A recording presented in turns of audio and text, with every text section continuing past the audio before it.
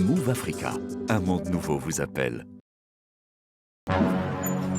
Mon frère, l'entrée couchée à 100 000 francs par mois là-bas. Hein. Jesus. Ah, et tu vas où comme ça? Moi, il m'en fait à Port-Boué. Là-bas, c'est à 15 000 francs par mois. Ah, Dieu merci. On dit quoi là? Ça va. Toi, tu fais quoi dans la vie? Je suis vigile. Moi, je suis chauffeur.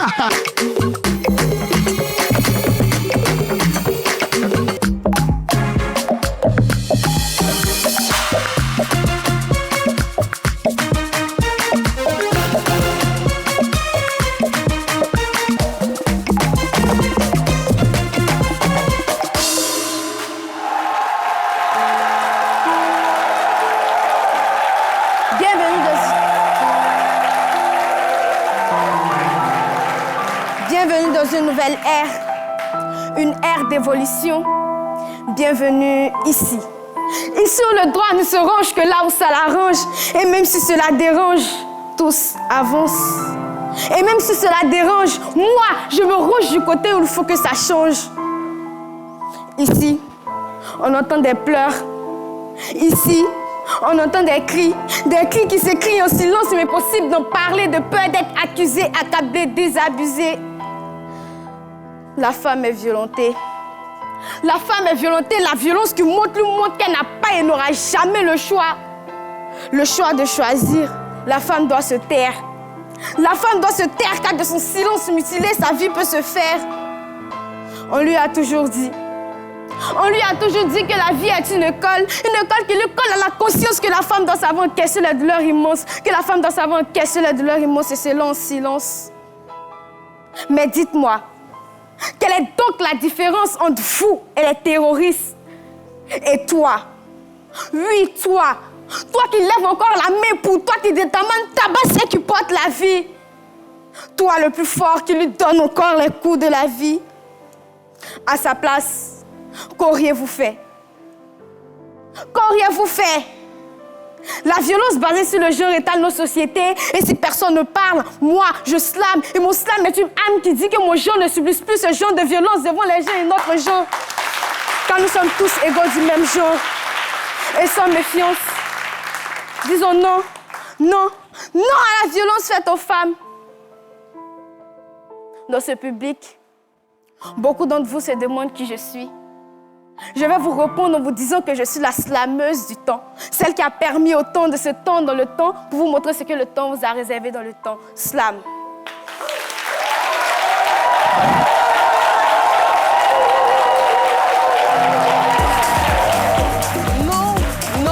Non aux violences faites aux femmes. C'est le message de notre très jeune Diabagaté Nina Slameuse qui ouvre aujourd'hui l'émission du lundi 9 mars. Nous sommes au lendemain, bien évidemment, du 8 mars, journée internationale des droits de la femme.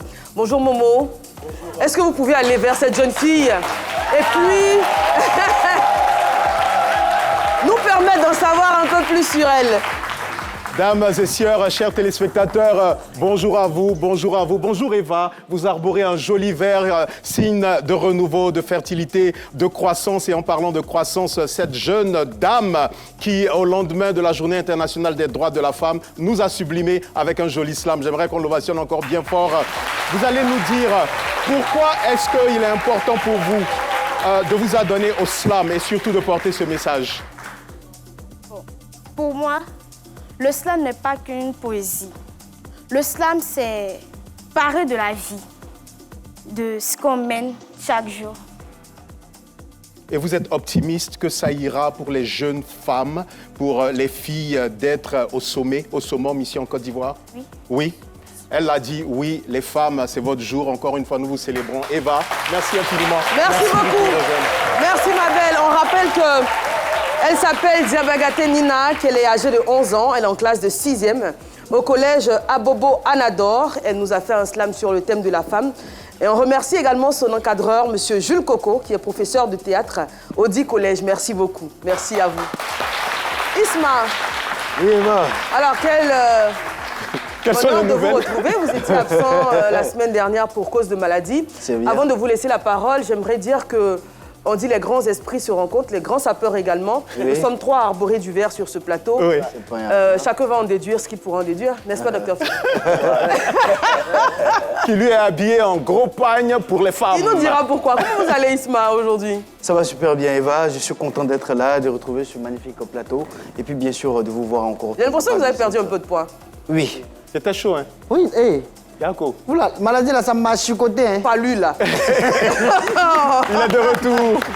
Et vous, Ouais, comment je vous suis allez, Thilo? Je suis très heureux aussi, Eva, d'être à côté du vieux Djetou. Djetou, Ouais. voilà, de Yopougon, Ouais. qui... Ma fille Jakota d'être là. Vous serez bien habillés, c'est bon. Ben, vous n'avez pas porté des journées de femmes. Donc, vous n'êtes pas bien habillé que moi. Voilà, donc c'est ça qui est important. Donc, j'ai très content, madame, d'être là. Et je suis de Yopougon. Cette journée, on l'a vécue. On est parti à Bobo. La journée a été vécue. J'ai content d'être là. Mais permettez-moi de me donner la parole, de parler aussi des droits des femmes aujourd'hui dans cette émission. D'accord. Parce que quand un vieux BT se déplace, il se déplace avec tout son coloret d'intelligence. Comme la femme. Vous aurez l'occasion de le Voilà. faire, puisqu'aujourd'hui, c'est le thème d'ailleurs. On parlera de droits de femmes, de ce qu'il faut savoir, de bilan, d'avancées Voilà. également. Donc, vous aurez toute l'émission pour en parler. D'accord. Pour l'heure, on va courir vers le vlog d'SP, parce que vous le savez, tous les lundis, il nous donne la température de la ville d'Abidjan. Il assiste à des événements chauds et ce week-end, il était aux 50 ans de notre très cher DJ Jacob. On regarde.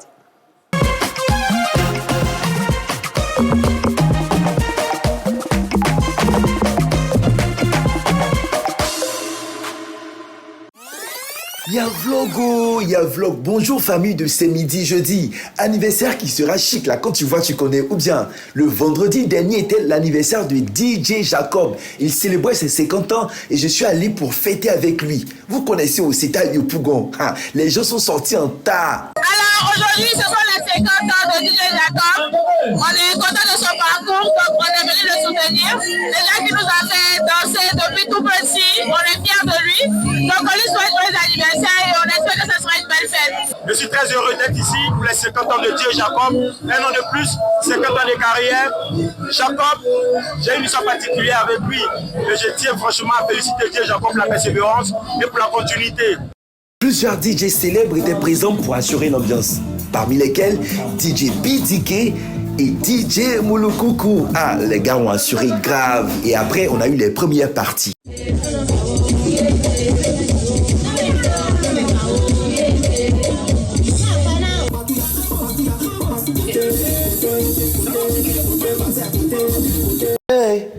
Voici affaire de pluie, on ne sait même pas où c'est quitté. On était dans le show là.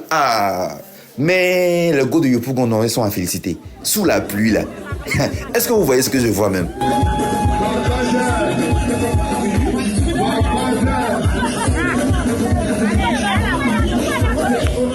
Les filles, moi je vous soutiens. Rien ne pourra nous empêcher de fêter. Fort heureusement, la pluie a cessé et la fête a pu se poursuivre. Je suis très heureux de savoir que les gens m'aiment encore, malgré toutes les années. Et je remercie le Seigneur. Donc, tout à l'heure, on fait une belle fête.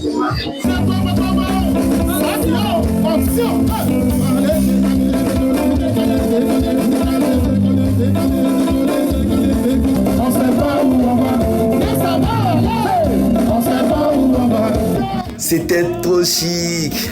Attends, mais quelle histoire de venir passer au milieu des gens? Faut pas que je vais danser quoi. La fête fut très belle. Joyeux anniversaire encore à l'artiste. Au revoir et à bientôt.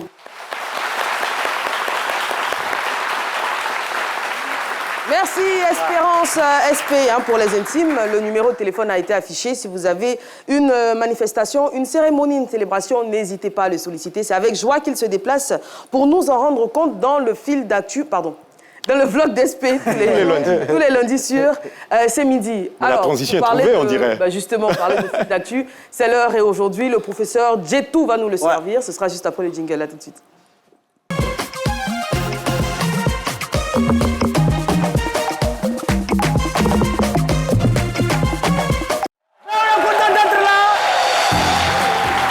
Applaudis à côté très fort.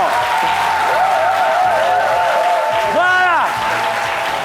Vraiment, pour les femmes, c'est votre journée qui est là. Vous êtes bien habillés. Ben, vous méritez respect et puis de la considération. Voilà, dis-nous les petits, on aime femme. C'est parce qu'on veut que vos droits soient respectés. Sinon, on n'a pas aimé femme pour aimer femme. Voilà.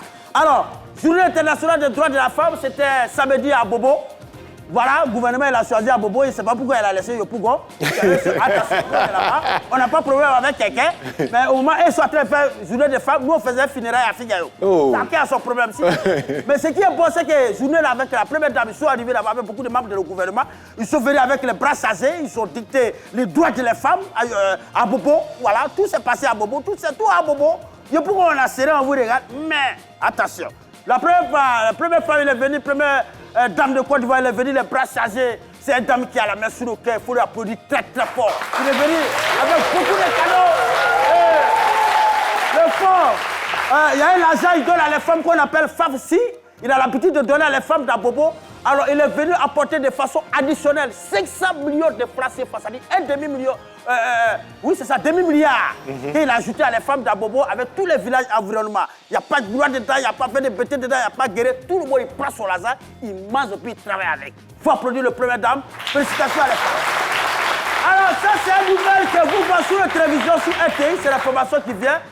Il y a les guerres qui se produisent entre les Américains. Voilà, qui a les armes du monde américain, qui a attaqué l'Iran. Mais le problème, il continue toujours. Hein, il continue toujours. Vous savez qu'il y a l'ayatollah qui a été, on l'a tué lui, premier bombardement d'Amérique, le chef de l'Iran, mais il s'est fait remplacer hier. Attention, son enfant il est venu. Il s'appelle Mojtaba. Son papa il s'appelait Ali. Ali est mort, Mojtaba est venu. Attention, c'est un nom qui est dangereux.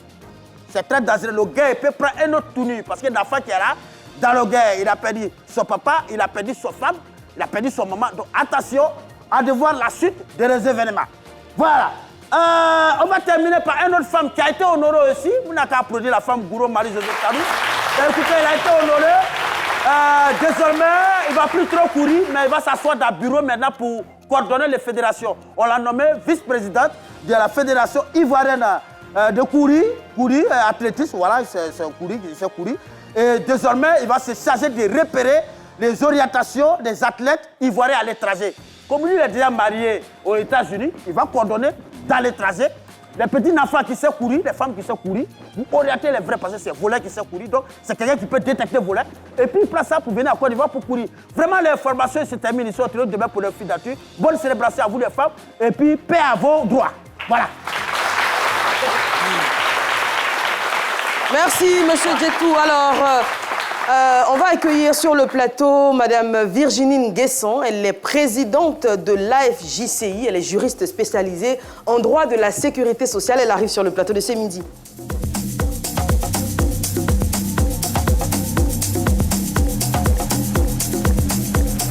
Elle n'est pas seule sur ce plateau. Elle sera accompagnée de Madame Rogacienne Degrou. Elle est juriste consultante et vice-présidente adjointe de l'AFJCI, l'Association des femmes juristes de Côte d'Ivoire. Elle arrive également.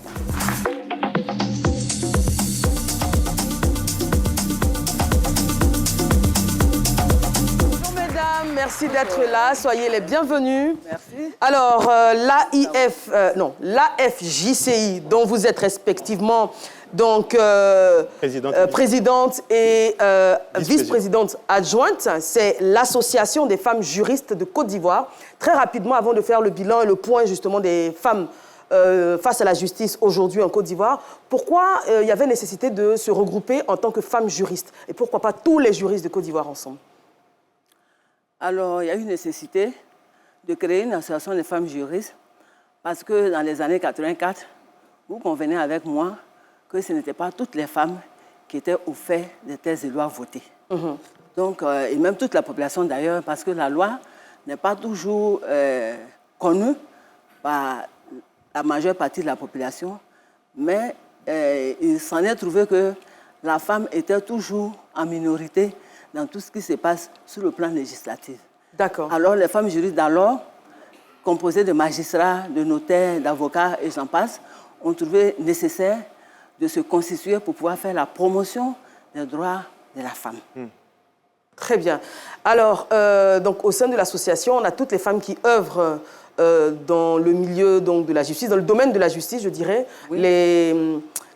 métiers que vous avez cités, donc magistrat, avocate, notaire, huissier de justice. Il y a même les juristes d'entreprise. Juristes d'entreprise également. Comme je l'ai été pendant 31 ans. Comme vous l'avez été pendant 31 ans. 31 ans. Oui, moi je travaille en entreprise. Ah ouais, vous faites toute jeune, hein. Je ne vais pas demander votre âge, mais en tout cas vous êtes toute belle. Oui. Alors ça tombe bien justement parce que le thème de ce 8 mars, c'était justice pour toutes, agir pour les femmes et les filles de Côte d'Ivoire. Donc la justice au cœur de cette journée. Bien évidemment, aujourd'hui, quel est l'état des lieux de la condition et des droits de femmes aujourd'hui en Côte d'Ivoire? Est-ce qu'il y a une avancée face à l'application des droits des femmes aujourd'hui de façon réelle sur le terrain? Merci de l'opportunité que vous nous donnez d'être là. Et effectivement, en Côte d'Ivoire, nous pouvons dire qu'il y a des avancées notables. La Côte d'Ivoire même est qualifiée comme une des meilleures élèves dans la sous-région, a été même citée par le rapport CJ 2024 comme une bonne élève en matière de droits de la femme. Et nous assistons à une avancée notable. Depuis 1964 jusqu'à aujourd'hui, beaucoup de chemins ont été Dans quel parcourus. domaine, par exemple? Par exemple, le droit de la femme. On ne parle pas du droit de la famille, notamment le mariage. 1964, la Constitution a aboli le mariage forcé et la polygamie. Mais à cette époque-là, la femme ne pouvait pas exercer une activité professionnelle ou ouvrir un compte bancaire sans l'autorisation de son mari. En 1983, il y a une nouvelle loi qui vient donner à la femme la possibilité de travailler et d'ouvrir un compte bancaire. Et en 1978, le législateur aussi a voté une loi pour proscrire les mutilations génitales. Ce sont des actes qui font mal à la femme et qui aboutissaient même parfois à des morts ou alors à des séquelles très très graves au niveau de la femme. Et nous avons, le législateur a poursuivi sur cette lancée-là. Et aujourd'hui, la femme bénéficie avec l'homme de la possibilité d'une gestion collégiale du foyer. Alors, pour parler toujours de la famille, les femmes, est-ce qu'elles sont plus protégées? Parce qu'on sait que le cas des veuves en Côte d'Ivoire qui ne bénéficient pas de la pension de leur défunt époux, on a reçu il y a quelque temps une veuve sur ce plateau qui expliquait que pour avoir accès donc, à la pension de son mari au niveau donc, de la CEGRAE non, la CNPS, voilà. De la CNPS, il fallait qu'elle soit mariée depuis au moins 2 ans, je crois, ou 3 ans si je ne dis pas de bêtises, et avoir 2 enfants. Et ne remplissant pas ces conditions-là, malgré de nombreuses années de concubinage avec ce monsieur, elle n'avait pas accès à quelque fonds que ce soit. Alors justement, est-ce qu'aujourd'hui, il y a une avancée dans la protection des droits des femmes qui ne sont pas mariées légalement, mais qui contribuent à créer un patrimoine en travaillant avec leur époux et qui se retrouvent démunis après le décès de celui-ci? Mais dans votre question se trouve la réponse. Vous avez parlé de concubinage. En Côte d'Ivoire, c'est le mariage légal, c'est-à-dire le mariage monogamique qui est reconnu devant la loi. Et donc la CNPS étant régie par le Code de sécurité sociale, bien entendu, aligné sur la législation générale de Côte d'Ivoire, ne peut qu'appliquer cette loi-là.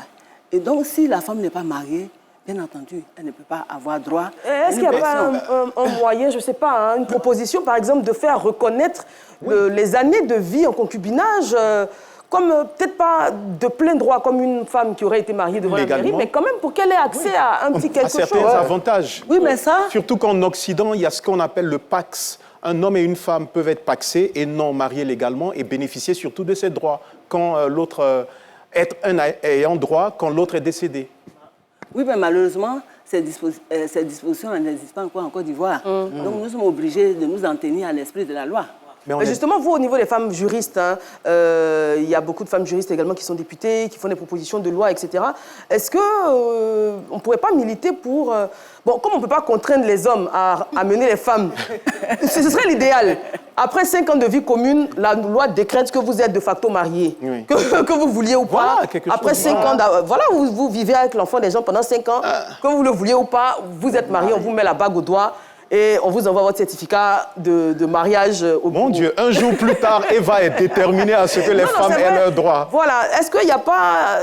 Non, je suis désolée parce que même en matière de mariage, c'est le consentement qui prime. Oui, non, je dis ça pour rigoler, bien évidemment. Mais je dis, est-ce qu'il n'y a pas un levier pour reconnaître, voilà, quand même des droits à la femme qui... On va s'adresser à Mme Degrou-Rogassienne. Est-ce qu'il n'y a pas quelque chose qu'on peut plaider là pour les femmes qui se retrouvent vraiment démunies avec leurs enfants et qui n'ont plus de quoi s'en occuper?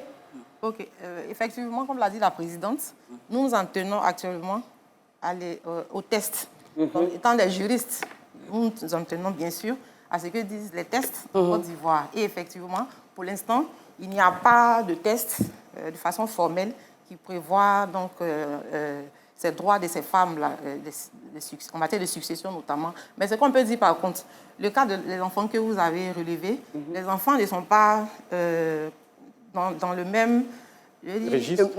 Souvent concernés de la même manière que la femme. Parce que les enfants, eux, à partir du moment où leur filiation est établie et qu'ils ont pour père ou pour mère X ou Y, quand je touche du bois, quand il y a du décès, quand il y a un décès, ces enfants-là, ils viennent carrément à la succession de leur père ou mère. Ça, c'est le droit, la loi. Mais souvent, on voit que dans les familles, et ça persiste malheureusement jusqu'à aujourd'hui, après le décès, il y a la belle famille, les frères, les sœurs qui viennent et qui dépouillent carrément la veuve. Oui, mais ça continue d'exister. C'est pour ça que nous nous battons aussi, parce que toute cette sensibilisation que nous faisons, c'est pour amener justement les gens à respecter la loi. Et on le voit, nous voyons cela tous les jours. Les femmes qui viennent se plaindre, qui pleurnichent et tout, c'est quand même regrettable. Mais c'est aussi certaines coutumes qui ont la peau dure.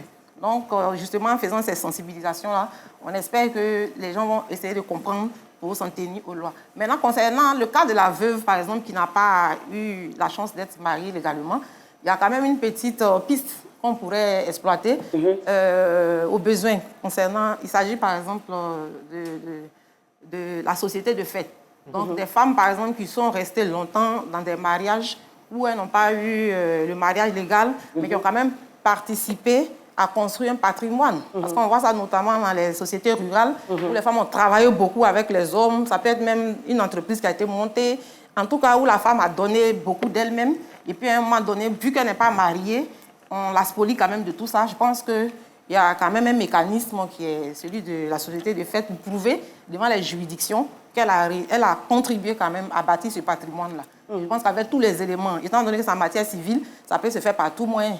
C'est encore plus difficile dans notre tradition où les femmes n'héritent même pas forcément de la terre. Donc ça devient un peu plus compliqué. Oui, non, pas forcément la terre. Mais si on a travaillé, par exemple, pour avoir une plantation, qu'on a mis de notre énergie à tous les deux pour valoriser le champ de cacao, de machin et tout, très rarement la femme hérite de cette plantation-là au décès. Elle devrait hériter. Voilà, c'est pas le combat. Exactement. Elle devrait hériter parce que la loi ne fait pas des disques. On dit exactement la même chose. Elle devrait hériter.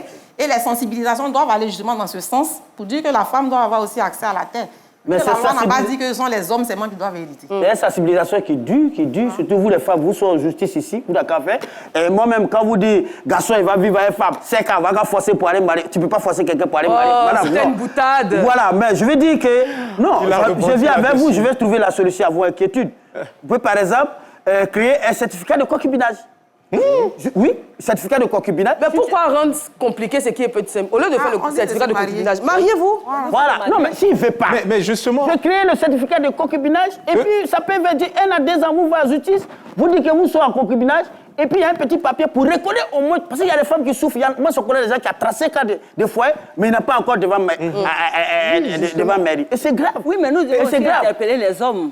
Pourquoi on peut vivre avec une femme pendant 35 ans sans la marier? Oui, mais nous aussi, on a fait aussi est adressé aux femmes.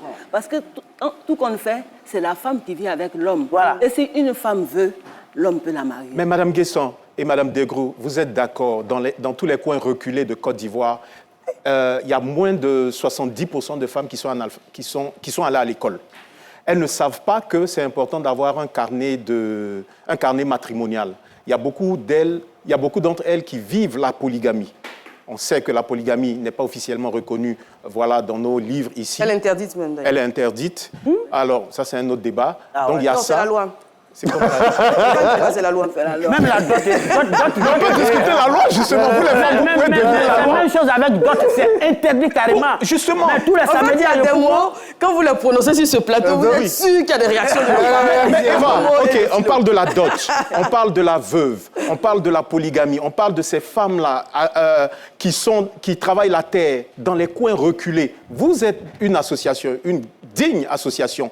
Qu'est-ce que vous faites pour ces femmes-là qui ne sont même pas au courant de tout ça et qui sont spoliées de leurs droits et de leurs avantages? Parce que ça aussi, vous devez lutter contre ça. Nous, la UJCI, nous mettons au cœur de nos actions la femme. Et nous allons jusqu'à dans les contrées les plus reculées. Je ne peux pas vous citer des noms, mais nous sommes repartis sur le territoire national. Nous avons 15 cliniques juridiques qui battent le pavé pour pouvoir faire de l'éducation juridique à l'endroit des femmes, à l'endroit des leaders communautaires, à l'endroit des leaders traditionnels, à l'endroit des guides religieux. Donc, nous portons l'information juridique et nous encourageons les femmes à aller de l'avant. Très bien. Et nous ne nous arrêtons pas en si bon chemin. Il y a quelques années en arrière, nous avons même accompagné les femmes dans la région de l'Ouest, dans la procédure d'obtention des certificats, comment dirais-je, fonciers. Environ une centaine. Donc, nous faisons la sensibilisation. Mais je me dis que chacun doit jouer sa partition. Les femmes aussi doivent jouer leur partition. Parce qu'il y a des femmes même qui sont instruites, comme vous et moi, mais qui n'osent pas faire appliquer leurs droits. Et ça aussi, ce n'est pas l'association des femmes juristes qui va les y obliger. Je vais citer un exemple en matière de violence faite aux femmes. Il y a des femmes à Abidjan ici qui viennent à la UJCI, puisque nos consultations juridiques sont des centres d'écoute, de conseil et d'orientation. Quelqu'un va la violenter. On l'encourage, on lui donne l'information. Est-ce que tu veux porter plainte? Elle va te dire oui. Et une fois que la procédure est enclenchée, elle suit son cours, avec la pression sociale, la pression de la famille. Un bon matin, elle va venir dire « Ah, je ne veux plus. Je veux retirer ma plainte. Je veux retirer ma plainte. » Entre-temps, la UJCI aura peut-être engagé un avocat, puisque nous avons aussi des avocats en notre sein. Donc, la femme aussi doit pouvoir jouer sa partition. Parce que si tu es violenté, si tu es spolié, que tu ne réagis pas, que on veut t'accompagner, que tu ne veux pas, on ne peut pas t'obliger, on ne peut pas faire le bonheur de quelqu'un contre son gré. D'accord. Isma? Moi, je pense que l'information, c'est une arme. Hein. À la jeune fille qui nous regarde, à la dame, les droits des femmes. Pouvez-vous partager ces droits-là, mais de manière exhaustive, en fait, à ces jeunes personnes pour qu'elles puissent savoir de quoi est-ce qu'il en retourne et de quels droits elles bénéficient naturellement dans notre société. Parce qu'il y a beaucoup qui sont instruites, mais qui ne savent pas sur certains points. Lesquels, par exemple? Quelle est la question? Oui, je ne comprends pas la question. Ah, tu es devant les juristes, c'est ça, hein? De leurs droits. Je parle des droits. Ah, c'est ça. Ah, ouais.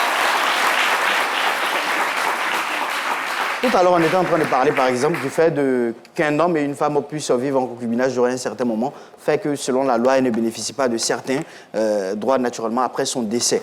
C'est ce que je suis en train de dire. Et j'ai dit, mais pour peut-être la jeune fille, lambda, qui est peut-être chez elle à la maison, qui est en train de nous regarder, quels sont les droits de la femme? Mais dans quel domaine? Parce qu'en soi, la femme et les hommes ont strictement les mêmes droits. Nous avons commencé, après, en fonction des domaines, est-ce que vous parlez de, par exemple, face à des violences, quels sont les droits de la femme? Face, par exemple, à l'héritage, quels sont les droits de la femme? Parce que la question, elle est vaste et elle ne peut pas... Il y a le droit du travail, la femme qui est salariée. Oui. Donc, qu'est-ce que vous voulez qu'on dise à la jeune fille? Même quand nous faisons les consultations juridiques, c'est selon le contexte, c'est selon le cas qui nous est présenté que nous donnons des conseils. Oui, les généralistes, chroniqueurs. Moi, je suis parti de manière générale. On peut dire, en fait, les différents grands... On avait commencé à faire des cas... Non, ça dépend des cas de figure. Le point des évolutions. De répondre... Mais tout dépend aussi de vos questions. Si vous voulez qu'on poursuive le point des évolutions, vous allez voir aussi que la jeune fille a un droit. Puisque depuis 2015, l'État de Côte d'Ivoire a rendu l'école obligatoire. Il faut que la jeune fille aille à l'école. Parce que si elle est à l'école, qu'elle est instruite, qu'elle a des diplômes, naturellement, elle sera informée sur ses droits. Et donc, nous faisons des sensibilisations. La jeune fille doit savoir qu'elle ne doit plus faire l'objet de mariage forcé, de mariage précoce. Vous comprenez? Donc si on va à Minignan, c'est sûr que une femme de l'AFJCI est passée pour dire à ces femmes-là qu'elles ne doivent pas dire oui forcément au mariage forcé? Elle ne doit pas dire oui forcément au mariage forcé. Et nous sensibilisons les femmes, nous sensibilisons les leaders communautaires, mais nous sensibilisons aussi les jeunes filles. Et il nous est arrivé d'empêcher même des mariages forcés. Vous comprenez, des mariages précoces. On ne peut pas citer les régions pour ne pas indexer les gens, indexer les religions, mais AFJCI travaille à tout cela. Nous avons 15 cliniques qui sont ouvertes. Nous sommes là pour encadrer, pour recevoir, pour conseiller aussi bien les jeunes filles que toutes les femmes qui ont besoin de savoir. Juste après la pub, on va parler d'un sujet très important qui est sujet d'actualité en ce moment, c'est les violences basées sur le genre, les violences faites aux femmes. Oui. On va parler d'accès déjà à la justice, comment les victimes sont accueillies, comment elles sont accompagnées, et puis pourquoi certaines, au cours du processus, préfèrent se retirer. On parlera de tout ça, ce sera juste après la pub, bien évidemment, sur RTI. Chérie, l'argent du marché. C'est géré. Merci, chérie. Avec Move Money, envoyez et retirez votre argent en toute simplicité. Pour toutes vos transactions, téléchargez la nouvelle appli Move Money, quel que soit votre réseau, et c'est géré. Move Money, simple, rapide et sécurisé. Après une saison complètement folle, complètement délirante, Allume la télé revient. Avec un maître du jeu plus en forme. C'est parti pour une trop belle soirée, une soirée inoubliable. Des invités incontrôlables, des jeux plus rigolos, des défis plus drôles. De la culture et du rire dans tous les sens. Et des stars qui mettent encore plus d'ambiance. Vos vendredis soirs ne seront plus jamais comme avant. Allume la télé revient, vous avez intérêt à être prêt. À suivre exclusivement et joyeusement sur RTI 1. La femme a un bon cœur, la femme a un bon cœur, la femme a un bon cœur, elle a un bon cœur. La femme a un bon cœur, la femme a un bon cœur, la femme a un bon cœur, elle a un bon cœur. Une femme peut tomber amoureuse d'un garçon qui est financièrement zéro pointé. Elle peut se sacrifier en lui cherchant du boulot, même en lui donnant l'argent de poche. Tout ça au vrai, Merci, merci. Tout ce qu'il faut savoir autour des droits des femmes. Eva conduit si bien cette émission avec beaucoup de questions. Et bien sûr, les femmes ont un grand cœur. Les femmes, applaudissez, ovationnez pour vous-même. Madame Ouedraogo Korotou Madeline, fondatrice de l'ONG Monde Luisant, est accompagnée donc pour une initiative avec une délégation composée de plusieurs femmes engagées dans le développement communautaire et ça forme l'ONG Monde Luisant et Association des femmes responsables et dynamiques de Yopougon. Gesto! Merci. Madame Ouedraogo, un mot en 30 secondes. Nous sommes là aujourd'hui pour soutenir les femmes juristes qui luttent pour les droits de la femme. Pour les droits de la femme. Merci Madame Ouedraogo, on l'ovationne bien fort. Et puis bien sûr, on a toujours besoin de Dieu avec nous. L'Église Alliance Biblique Missionnaire Côte d'Ivoire, ABMCI Monde, est ici. Ils auront donc leur conférence du 9 au 15 mars 2026 à la cathédrale ABMCI Cité de Grâce, Riviera Palmeraie, Saint-Viateur. Les responsables de la délégation sont là, pasteur Amari Fidèle et pasteur Cédric. Merci beaucoup d'être là. Et on l'a vu tout à l'heure avec Mme Guesson, Mme Degrou, nous avons les membres de l'Association des femmes juristes de Côte d'Ivoire, AFJCI. Nous vous saluons, mesdames. Vous êtes avec Mme Fatih Ouattara, qui est votre responsable du public. Et on aura Mme Kakoutié, qui va témoigner de l'impact des activités de l'AFJCI à travers l'accompagnement dont elle bénéficie en tant que relais communautaire. Mme Kakoutié, comment vous allez? Ça va. Ça va très bien. Alors, les femmes et leurs droits, qu'est-ce que vous pensez de tout ce que ces femmes sur le plateau ont eu comme débat? Oui, c'est normal.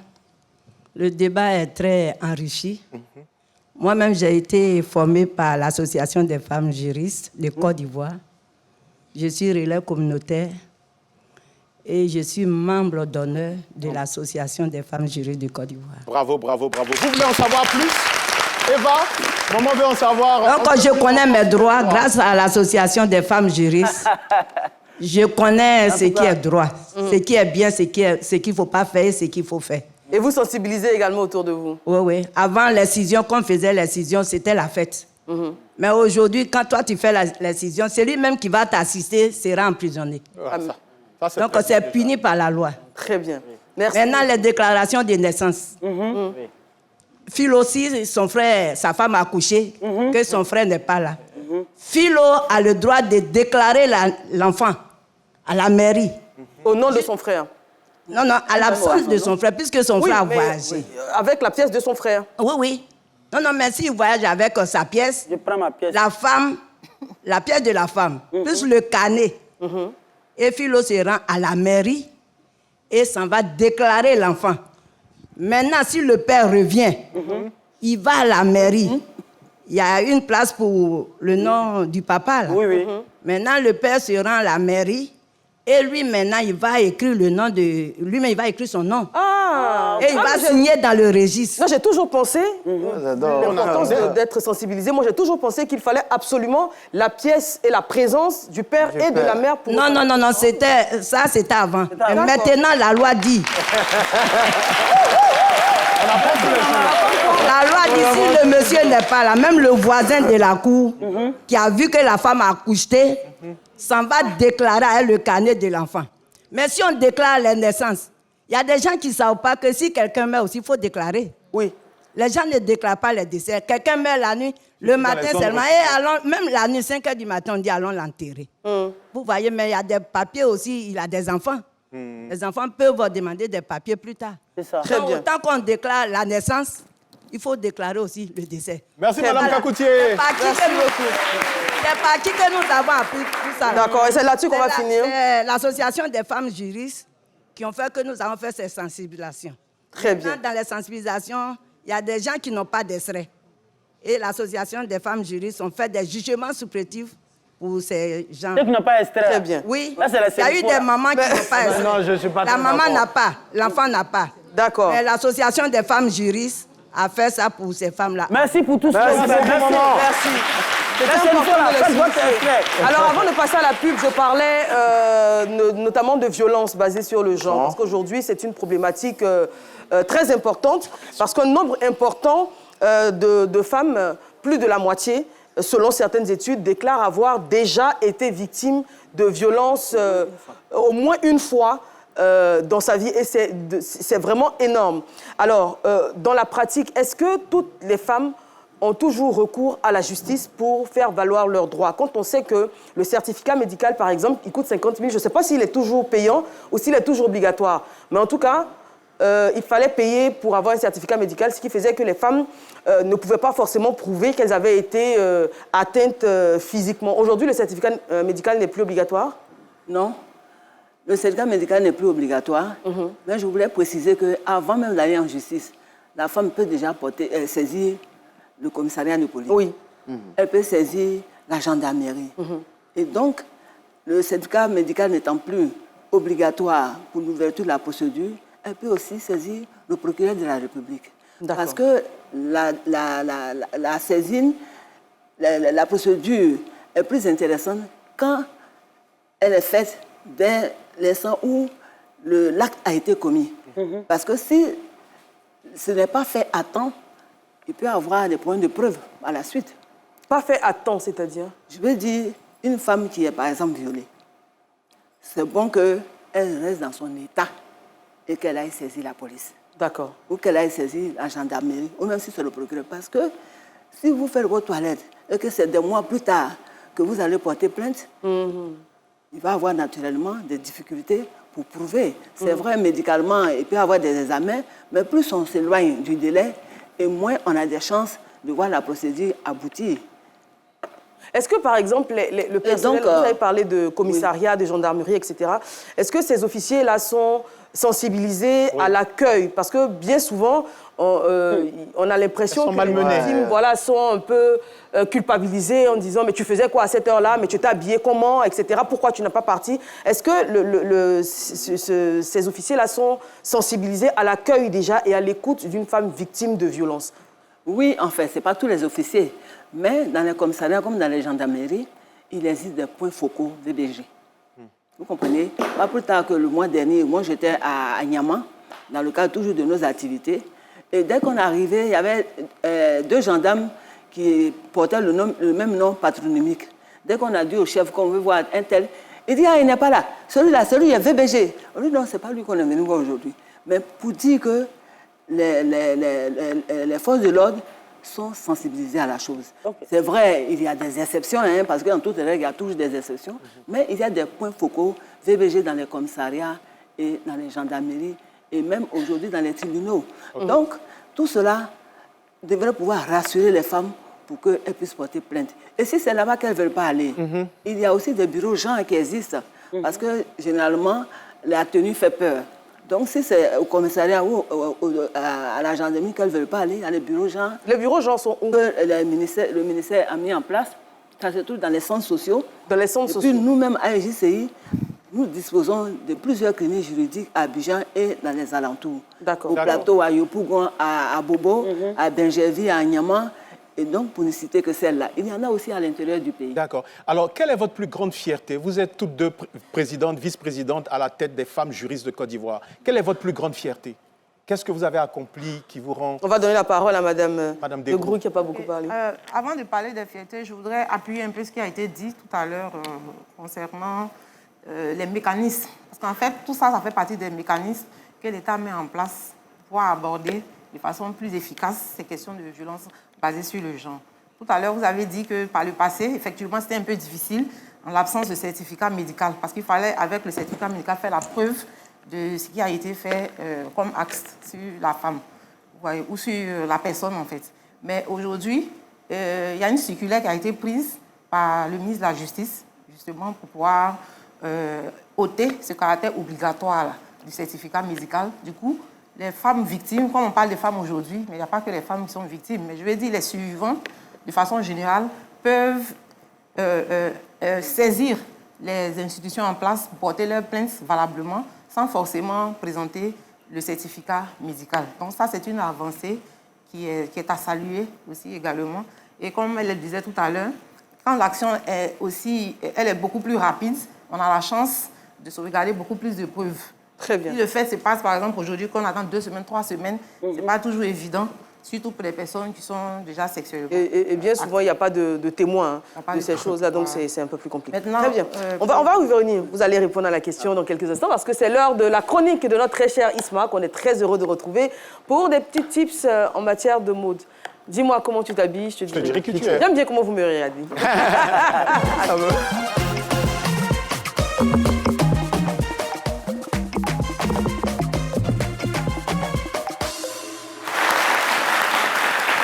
Famille, le miroir ment, mais avec Isma le style ne ment jamais. En Afrique de l'Ouest, précisément en Côte d'Ivoire, le pagne n'est pas qu'un tissu, hein, c'est un langage social, c'est un langage, un code social, presque une mémoire vivante, j'ai envie de dire ça comme ça. Vous savez, depuis des générations, nos grandes-mères, nos mères utilisent le pagne pour communiquer sans même parler. En effet, un pagne bien choisi peut annoncer une joie, marquer un deuil ou même affirmer un statut. Nous l'avons connu, hein, nos mamans là, elles ont pour coutume de communiquer avec les différents pagnes. Et c'est devenu une transmission générationnelle avec les différents noms comme mon mari est capable, l'œil de Marival. L'œil de Marival et qu'on sort. Si tu sors, je sors. Si tu sors, je sors. Les féministes de l'époque. Voilà. Donc vraiment, c'était un moyen de communication qui a marqué notre société. Ce qu'il faut savoir, c'est que chez nous, le pagne, on ne supporte pas au hasard. Quand on porte un pagne, soit c'est pour une occasion, pour un message, ou même pour affirmer une posture. Traditionnellement, le pagne se porte lors des différentes occasions, j'ai envie de dire, lors des cérémonies, des fêtes, au quotidien, noué, stylé ou même peut-être au coudu. Ça dépend des époques, mais ce qui est important à savoir là, c'est que ce pagne-là, il évolue, mais il ne perd pas son amour. La preuve en est qu'hier, le 8 mars, qui était la journée internationale des droits de la femme, nous avons une édition de nouveaux pagnes. Voilà, des motifs qui ont été pensés pour célébrer la femme, son courage et sa place dans la société naturellement. Et comme on peut le constater dans ce studio, je pense que les femmes sont magnifiquement habillées. Ça sera tout pour aujourd'hui, Eva. C'est une reprise difficile, je présente au... Mais vous êtes de retour et on est heureux de vous voir. Je suis de retour. On applaudit pour Isma. On va m'habituer tout doucement. Ça sera sympa. Merci Isma. Alors juste avant la chronique d'Isma, Momo, vous demandez votre plus grande fierté. Rapidement, hein, pour qu'on puisse avoir encore 2-3 sujets avant, parce qu'on est pratiquement au terme de l'émission. Alors, Madame Degrou, vous aviez la parole, donc votre plus grande fierté depuis que vous êtes au sein de l'Association des femmes juristes de Côte d'Ivoire. En termes de fierté, on peut dire de façon générale, le tableau il est quand même acceptable. Parce qu'il y a eu de l'avancée sur un long processus, c'est vrai, mais on a eu des acquis que nous saluons au fur et à mesure. Elle a dit tout à l'heure que nous sommes partis de 1964. Donc en 1964, la condition de la femme n'était pas celle qu'elle est aujourd'hui. Et le droit, il est transversal. Tout à l'heure, quelqu'un posait la question, mais on se demandait dans quel domaine. Donc que ce soit dans le domaine du mariage, de la filiation, de la protection des femmes et tout ça, il y a de l'avancée que nous enregistrons et c'est une fierté pour nous de façon générale. Pourquoi? Parce que tout ce qui a été enregistré aujourd'hui est parti des luttes qui ont été menées par des femmes, par des braves femmes. Et l'Association des femmes juristes de Côte d'Ivoire s'est engagée dans cette lutte-là depuis 1984 à sa création. Très bien. Alors, Madame Virginie Nguessan, vous êtes présidente donc, de l'Association des femmes juristes de Côte d'Ivoire. Dernière question, en tout cas, pour ce qui me concerne. On a une recrudescence, en tout cas, il semble en avoir une, des féminicides en Côte d'Ivoire. On a toujours des cas dans la presse de femmes qui malheureusement perdent la vie suite au coup de leurs conjoints ou qui sont même carrément attaqués avec des armes blanches, etc. etc. Aujourd'hui, que dit la loi pour la répression? C'est-à-dire, quelle est la sanction prévue en cas de féminicide? Est-ce que le féminicide déjà est reconnu par la loi ivoirienne? Je voudrais rebondir en disant que le féminicide n'est pas, je veux dire... une circonstance aggravante? Non, n'est pas réglementé de façon spécifique. D'accord. Puisqu'il s'agit de cas d'homicide ou bien de meurtre perpétré sur les femmes. Donc, cela est sanctionné par le code pénal. Maintenant, si nous voulons que le législateur prévoie un test qui va spécialement réprimer le féminicide, ça aussi, c'est un combat qu'il faut mener. Mais il faut déjà voir aujourd'hui, dans le corpus juridique qui existe, quelles sont les dispositions qui sanctionnent le meurtre, qui sanctionnent l'homicide. Et moi, je voudrais bien qu'on parle de tests, mais puisqu'il y a déjà le code pénal qui existe, peut-être qu'on peut mener le combat. Nous, la UGCI, déjà, nous avons un projet de mener un plaidoyer auprès des institutions de la République en collaboration avec les OSC, entendez les organisations de la société civile, pour pouvoir porter ce problème-là au grand jour. Exactement. Parce que c'est un phénomène nouveau qui prend de l'ampleur. Et si on y prend garde, cela va continuer de se multiplier. Et donc, je voulais en appeler aussi aux femmes. Parce qu'avant que l'on arrive au féminicide, là, ça commence par des petits gestes. Tu es bête, tu es ceci. Les violences verbales. Les violences verbales. On te gifle. Après, ça te fait mal. Tu mets beurre de karité, mais tu es toujours là. Et quand ça continue, tu vas au commissariat. Le commissariat convoque ton mari. Au moment où on veut l'amener à la MACA pour 48 heures, ou même on veut le garder au commissariat pour 48 heures, tu vas venir dire, c'est mon mari, le père de mon enfant, je retire ma plainte. Et c'est comme ça qu'après, le féminicide aussi arrive. Donc, tout à fait. Nous devons continuer de sensibiliser les femmes. Pour dire que si vous êtes violentés, il faut essayer de relever la tête. Mais ce n'est pas toujours facile. Parce qu'il faut regarder le profil des auteurs et le profil des victimes. Parce que la plupart du temps, c'est des femmes qui vivent aussi dans des situations financièrement très défavorables. Donc, quand tu vis sous l'autorité de quelqu'un, sous l'autorité financière d'une personne qui te maltraite, ce n'est pas toujours évident de pouvoir s'en sortir. Sans compter, il y a la famille derrière. Très bien, mais on n'aura pas le temps d'aller plus loin, parce qu'on est déjà au terme de l'émission. Merci beaucoup. Aujourd'hui, on a encore les présenteurs socioculturels qui persistent. Exactement. Non, mais franchement, on l'écouterait pendant des heures et des heures. Malheureusement, on a un temps qui nous est imparti. Merci. On rappelle que Mme Virginie Nguessan est la présidente de l'Association des femmes juristes de Côte d'Ivoire et Mme Rongassienne Degrou en est la vice-présidente adjointe. Merci pour votre disponibilité et merci de nous avoir éclairés, franchement, de toutes vos lumières et merci pour l'opportunité. De nous avoir apporté les informations nouvelles. Très bien. Merci Momo. Merci Eva. Isma. Merci professeur Djetou. On va se séparer en musique avec une artiste qui nous vient du Congo avec ce titre-là, ce premier single intitulé Mabina. Elle a été elle-même victime de harcèlement. Elle a décidé de s'installer en Côte d'Ivoire pour poursuivre sa carrière musicale. Madame, monsieur, Mabina.